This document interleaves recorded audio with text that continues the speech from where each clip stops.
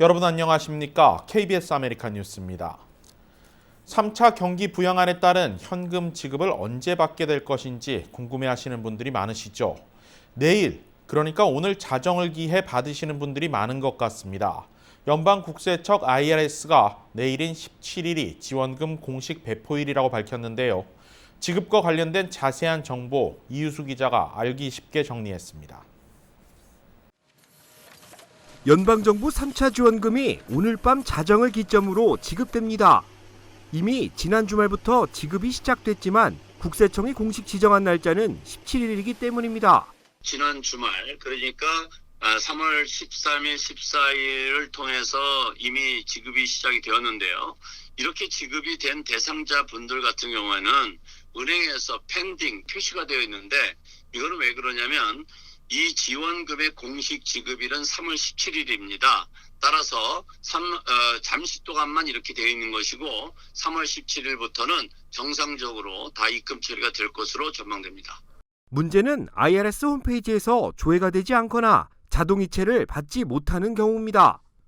주거래 은행 등 세금 환급 계좌의 변환, 그리고 주소 이전 등 물리적인 변화가 이 같은 문제의 원인으로 분석됩니다. 만약 이사를 가게 되면 연방국세청에 주소지 변경 신청을 해야 되는데요. 아시다시피 지금 현재 국세청에서는 업무 적체로 인해서 업무 처리 속도가 상당히 늦습니다. 역시 그 인컴텍스 리턴을 통해서 환불받는 방법을 택하셔야 할 수도 있습니다. 3차 지원금은 1, 2차 지원 때와 마찬가지로 납세자들을 대상으로 지급됩니다. 소득에 대한 세금을 성실히 납부했을 경우 이를 돌려받는 형식입니다. 하지만 3차 지원금에서는 한 가지 변화된 점이 있습니다. 1, 2차 지원 때와 달리 사회보장번호가 없는 시민권자의 가족들도 지급 대상에 포함됩니다. 체류신분에 따른 차등을 완화한 것으로 볼 수 있습니다. 부부 중에 한 분이 또는 자녀가 시민권자여서 가족 중에 일부가 ITIN을 가지고 있을 경우에는 지급을 받으실 수가 있으세요. 그래서 당초 하원에서 통과했던 것처럼 모든 ITIN 소지자에게 지급되는 것은 상원을 통과하는 과정에서 조정이 되어서 IRS 홈페이지에서 지급 관련 내용이 조회되지 않을 경우 2020년 세금 보고를 서두르는 것이 좋습니다. 이사를 간 경우라면 주소지 정정이 가능하고 부양가족에 대한 정보도 업데이트할 수 있기 때문입니다. 3차 지원금을 받지 못한 경우라면 내년 세금 보고를 통해 이를 환급받을 수도 있습니다. 다소 시간이 걸린다는 단점이 있지만 지급금의 차이는 없습니다. KBS 뉴스 이우수입니다. 캘리포니아 주 전역 카운티들의 위험 등급이 이제 상당수 레드로 바뀌었습니다. 퍼플보다 레드가 더 많아졌는데요. 그만큼 위험 수치가 줄어들고 있다는 것으로 볼 수 있습니다. 박시몬 기자가 보도합니다. 어제를 기점으로 LA 카운티의 코로나 위험 수치가 레드로 진입했습니다. 캘리포니아 전체적으로도 반 이상이 레드 또는 그 이하로 나타나고 있습니다.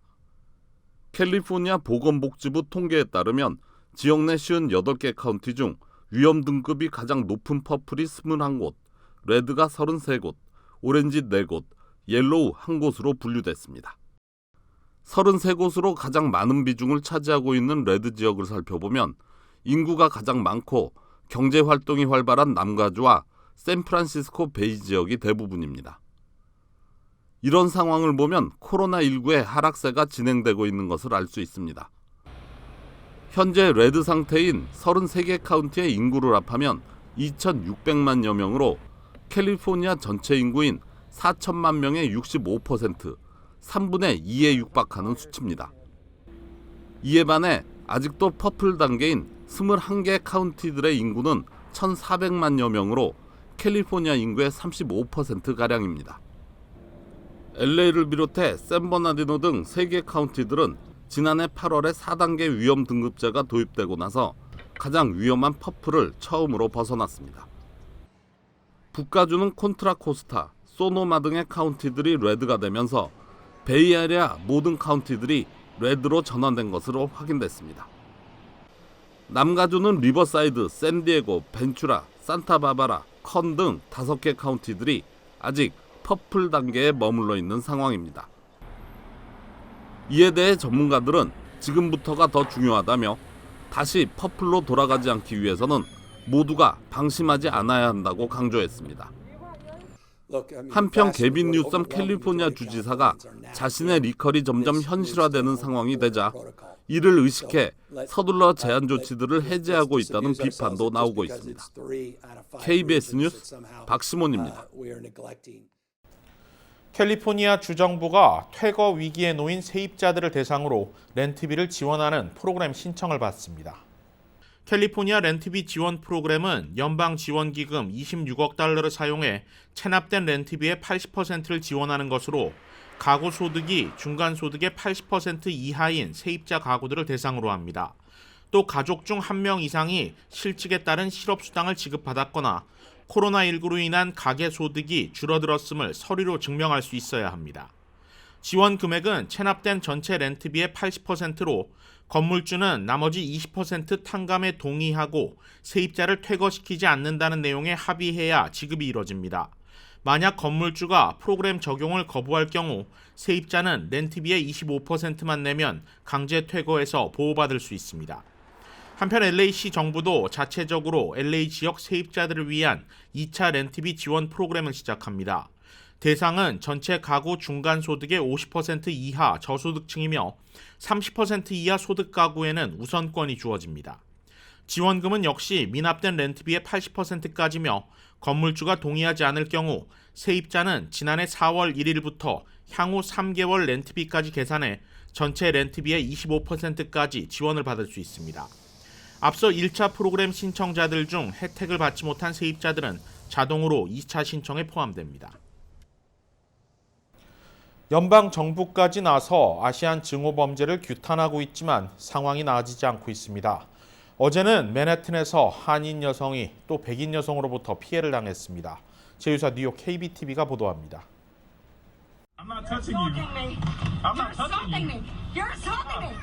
You're assaulting me. 지난 14일 맨해튼 키스베이에서 25세 한인 여성 하수민 씨가 처음 보는 백인 여성으로부터 인종차별적 욕설을 들었습니다. 사건은 이날 오후 1시 30분경 1애버뉴와 23스트리트에 있는 한인 여성의 집 부근에서 발생했습니다. 이날 문제의 백인 여성은 하 씨를 향해 갑자기 중국으로 돌아가라며 욕설을 퍼부었습니다. 갑작스러운 인종차별적 발언에 하 씨는 아무 말도 하지 못했습니다. 다행히 그때 하 씨의 남편인 데니얼 리 씨가 현장에 도착했습니다. 남편 리 씨는 백인 여성이 탄 택시 문을 열고 인종차별적 발언을 한 것이 맞는지 여성에게 재차 물으며 항의했습니다. 그러자 여성은 소리를 지르며 어디서 왔느냐, 중국으로 돌아가라는 등의 폭언을 퍼부었습니다. 그녀는 공산주의 중국으로 돌아가라고 소리치기도 했습니다. 뉴욕시경에 따르면 지난해 총 29건이었던 아시안 대상 중호 범죄가 올해 들어서는 벌써 10건이나 발생했습니다. 하지만 관련 시민단체들은 실제 발생한 아시안 혐오 범죄는 이보다 훨씬 많을 것으로 추정하고 있습니다. 그레이스 맹 연방하원 의원은 자신의 트위터에 이 동영상을 공유하며 더 이상 고백이란 발언에 침묵하지 않겠다고 밝혔습니다. 지난주에는 웨스트체스터에 거주하는 83세 한인 할머니가 길을 걷다 아무런 이유 없이 폭행을 당한 바 있습니다. KBTV 뉴스 이창환입니다.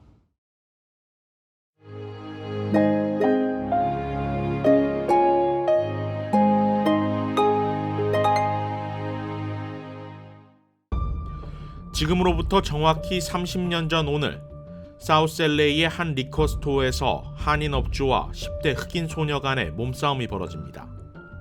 1달러 79센트짜리 오렌지 주스 때문이었습니다. 훔치려 했다. 돈을 지불하려 했다. 업주와 소녀의 서로 다른 생각은 끔찍한 결과로 이어지고 말았습니다. 숨진 소녀에 대한 살인사건 재판이 이어졌습니다. 압도적으로 구타당한 업주의 정당방위였다. 돌아선 소녀의 등을 향한 조준 사격이었다. 역시 서로 다른 주장이 펼쳐졌습니다. 최종 판결은 집행유예와 400시간의 사회봉사명령. 흑인 사회는 폭발했습니다.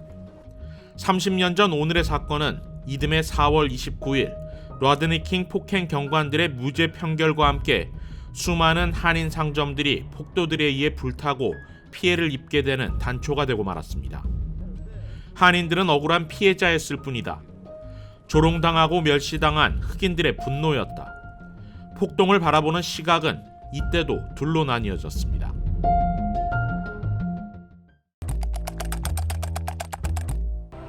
영화 미나리의 아카데미 6개 부문 후보 선정 소식에 열광했던 어제, 아카데미 후보에는 또 하나의 작품이 조용히 이름을 올렸습니다. And a love song for Latasha. 이 다큐멘터리 단편작은 한인 업주의 총격에 목숨을 잃었던 10대 소녀 라타샤 할린스의 이야기를 새로운 시각으로 조명하고 있습니다. People don't know who she was as an individual. They don't know. They just know that she was just a young black girl who was worth $1.79. 수영장에 빠진 친구를 구하기 위해 뛰어들었던 용감한 소녀. 작품은 나타샤를 우수한 학업 성적과 커서 변호사를 꿈꿨던 평범한 소녀로 재조명합니다. 지금 살아있다면 아이들의 엄마로서 행복한 삶을 살고 있을 것이라는 애석함도 작품에 담았습니다. 오늘은 16세의 흑인 소녀 라타샤 할린스가 사망한 지 정확히 30년이 되는 날입니다. 흑인 커뮤니티에서는 추모의 물결이 일고 있습니다. 안타까운 10대 소녀의 죽음을 모두가 애도하는 마음은 다르지 않습니다. 그러면서도 이를 바라보는 한인 사회의 시각은 다른 지점으로 향합니다. 라타샤가 재조명될수록 자칫 우려되는 한인 사회를 향한 부정적인 시선. 척박한 이민자의 신분으로 아메리칸 드림을 꿈꾸며 삶의 터전을 갖고왔던 한인들의 고통에 대한 외면.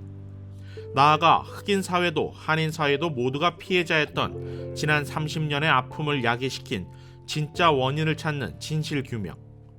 한인 이민 가정의 애환을 다룬 영화 미나리의 성공 이면에 묻혀버렸지만 진정 한인 사회가 고민해야 하는 주제는 사실 여기에 있습니다.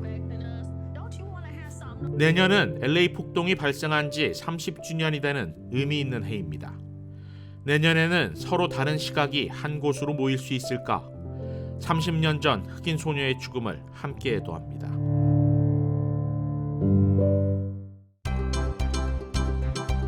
오늘의 주요 단신입니다. 남가주 한국학원이사회가 오늘 임시이사회를 개최합니다. 주검찰은 통합이사회 개최를 요구하고 있으며 이사회 중 일부는 현재 이를 거부하고 있습니다. 주검찰은 정상화 촉구 차원의 독려를 진행할 예정이나 이사회가 지속적인 거부 의사를 나타낼 경우 적극 개입할 가능성을 내비쳤습니다. LA 총영사관이 2003년생 선천적 복수국적 남성들의 국적이탈 신고를 이달 말까지 접수받고 있습니다. 국적이탈 신고의 경우 출생신고가 먼저 필요합니다. 이미 한국에 출생신고를 마친 경우라면 즉시 절차에 돌입할 수 있습니다. 뉴저지주에 거주하는 30대 한인 형제가 차고 안에 주차된 차량 안에서 숨진 채 발견됐습니다. 경찰은 사망한 한인 형제의 차 안에서 숯이 발견돼 이들이 일산화탄소 중독으로 인해 사망에 이른 것으로 보고 부검을 계획 중입니다. 연방법무부 천연자원 업무 담당 차관보에 한인 토드 김 씨가 내정됐습니다. 백악관은 조 바이든 대통령이 환경관련법 집행을 총괄하는 차관보에 토드 김 씨를 내정할 계획이며 연방상원의 인준청문회를 거쳐 임명할 것이라고 밝혔습니다. 토이자러스가 새 주인을 만나 다시 오프라인 영업을 준비하고 있습니다. 브랜드 매니지먼트사 WHP 글로벌은 판권을 보유한 트루키즈사로부터 토이자러스와 베이비자러스 지분을 매입했으며 다시 오프라인 매장을 개점할 준비에 나설 것이라고 밝혔습니다. KBS 아메리칸 뉴스 마칩니다. 고맙습니다.